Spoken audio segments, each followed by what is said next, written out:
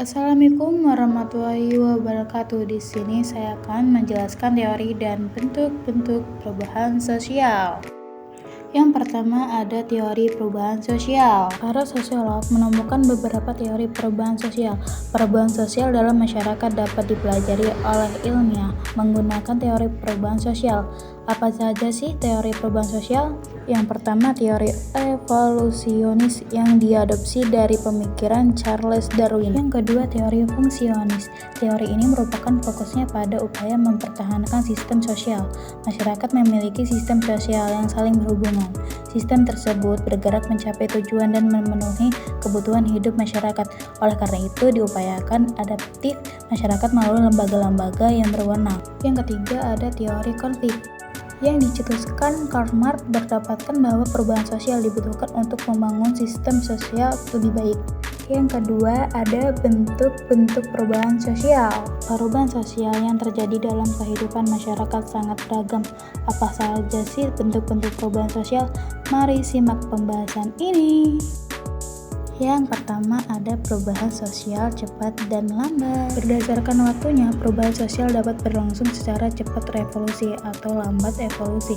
Perubahan secara cepat revolusi terjadi sendi-sendi atau dasar-dasar pokok kehidupan masyarakat.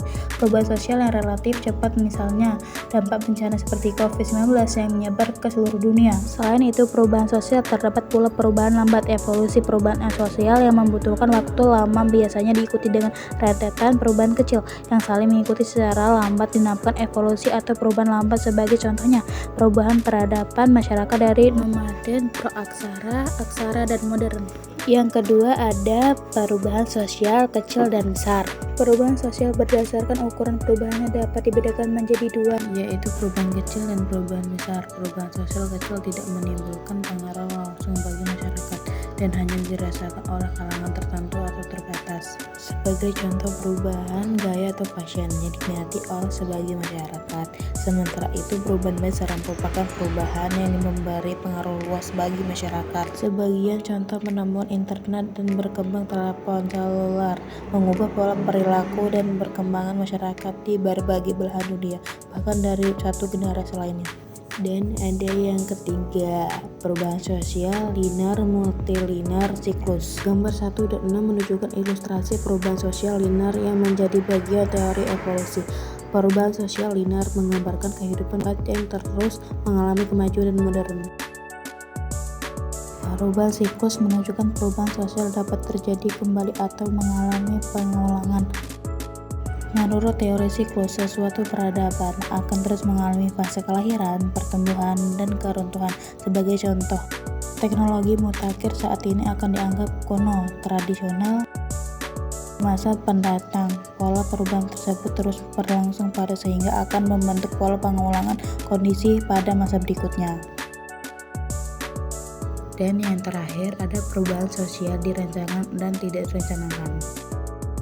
Perubahan sosial yang direncanakan atau dikehendaki merupakan perubahan yang diperkirakan atau direncanakan terlebih dahulu oleh pihak-pihak yang hendak melakukan perubahan sosial dalam masyarakat. Pembangunan merupakan salah satu upaya terencana untuk meningkatkan kesejahteraan masyarakat.